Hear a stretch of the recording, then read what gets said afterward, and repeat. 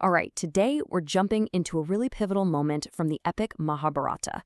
It's a story all about a kingdom getting torn in two, a family on the brink of war, and a so-called peace that's built on a foundation of lies. And it all kicks off with a revelation that changes everything.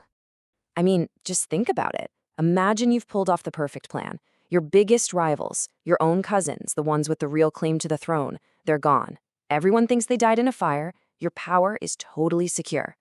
And then you get the news. They're alive. And they're not just alive. They are way stronger than ever before. So yeah, this is pretty much the nightmare scenario facing the Kaurava princes in the court of Hastinapura. The news that the Pandavas are alive and well sends this massive jolt of fear and panic rippling through the entire kingdom. And you can bet the impact is just immediate. For the Kauravas, it's a catastrophe. See, the Pandavas didn't just survive. They've gone and won the hand of Princess Draupadi. This lands them a huge alliance with her powerful father, King Drupada, not to mention the legendary Krishna. For Prince Duryodhana, who's really the main antagonist here, this is the worst news possible. His perfect plan has completely turned to ash. So, back in the capital, things are tense. The royal court basically becomes a pressure cooker. The king, Dhritarashtra, has to figure out what to do. And of course, everyone has an opinion, which leads to this really fierce, high-stakes debate. The aggressive side speaks up first. Duryodhana, being Duryodhana, immediately pushes for more deception and treachery. He's talking about sowing discord between the brothers, bribing their allies, maybe even assassinating the strongest one, Bhima. His friend, the mighty warrior Karna, kinda scoffs at this. He argues that all that scheming has already failed them once. In his mind, the only real, honorable path forward is a direct military strike, and to do it now, before the Pandavas can get any stronger. But then, this is when the voice of wisdom cuts right through all that tension. Bhishma, the grandsire of the whole clan, steps up and makes this unequivocal demand for justice. He reminds the king, and everyone else, that the Pandavas have just as much right to the kingdom, if not more. To deny them their birthright now would be a massive stain on the family's honor. And you know what? He is not alone in this. The other elders, the wise teacher Drona, and the Prime Minister Vidura, they all say the same thing. Their message is totally unified and crystal clear. Avoid war, right the wrongs you've done, and bring the Pandavas back with the honor they deserve. Vidura even warns the king directly, if you listen to the sinful advice of Duryodhana and Karna, you're going to lead this kingdom to total annihilation. So the king, Dhritarashtra, he's stuck, right? Caught between his ambition for his own sons and the counsel of these wise elders. And he finally makes a call. Now, on the surface, it looks like a pretty generous act of reconciliation, but, well, there's a catch. A big one. He calls the Pandavas back to the court, puts on this big show, and proclaims that to avoid any more conflict, he's going to give them half of the kingdom. He even names their new territory, Khandava Prastha. It sounds perfect, right? A fair compromise. But what is this place, really?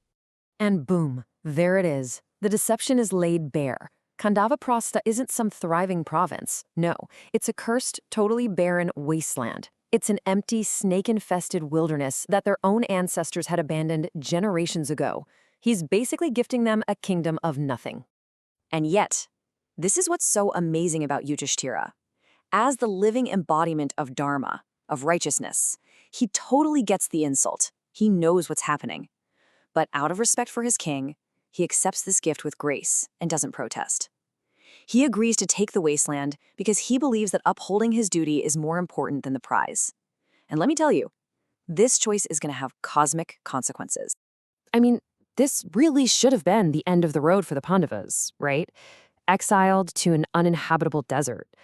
But what Duryodhana and his father didn't count on was, a little divine intervention. See, their ally, Krishna, he isn't just some prince. He's a divine being. So what does he do? He just summons Indra, the king of the gods. Indra then turns to Vishvakarma, the celestial architect, and commands him to transform this dead land. And just like that, the impossible starts to happen. From this cursed, dead earth, a city of just breathtaking beauty rises up. They call it Indraprastha. The epic describes it like a dream come to life, with soaring white palaces, massive gates that look like clouds, and lakes just teeming with lotuses. It's not just a city, it's literally a paradise on Earth, a reflection of the celestial capital of the gods themselves. Of course, a city isn't much without its people, right? So pious citizens, merchants, artisans, they all start flocking to this miraculous new capital. Under the fair and just rule of Yudhishthira and his brothers, Indraprastha becomes this shining beacon of prosperity and happiness. The Pandavas basically took this cursed scrap of land and turned it into the crown jewel of the kingdom. So, they've done it. They have their kingdom. They've achieved the impossible. But you know how it goes. Once you solve an external threat, an internal one often pops up. And that's when a wise sage arrives with a really crucial warning. And that's when the great sage Narada shows up in their court. He looks at the five brothers and their one shared wife, the beautiful Draupadi, and he sees the writing on the wall.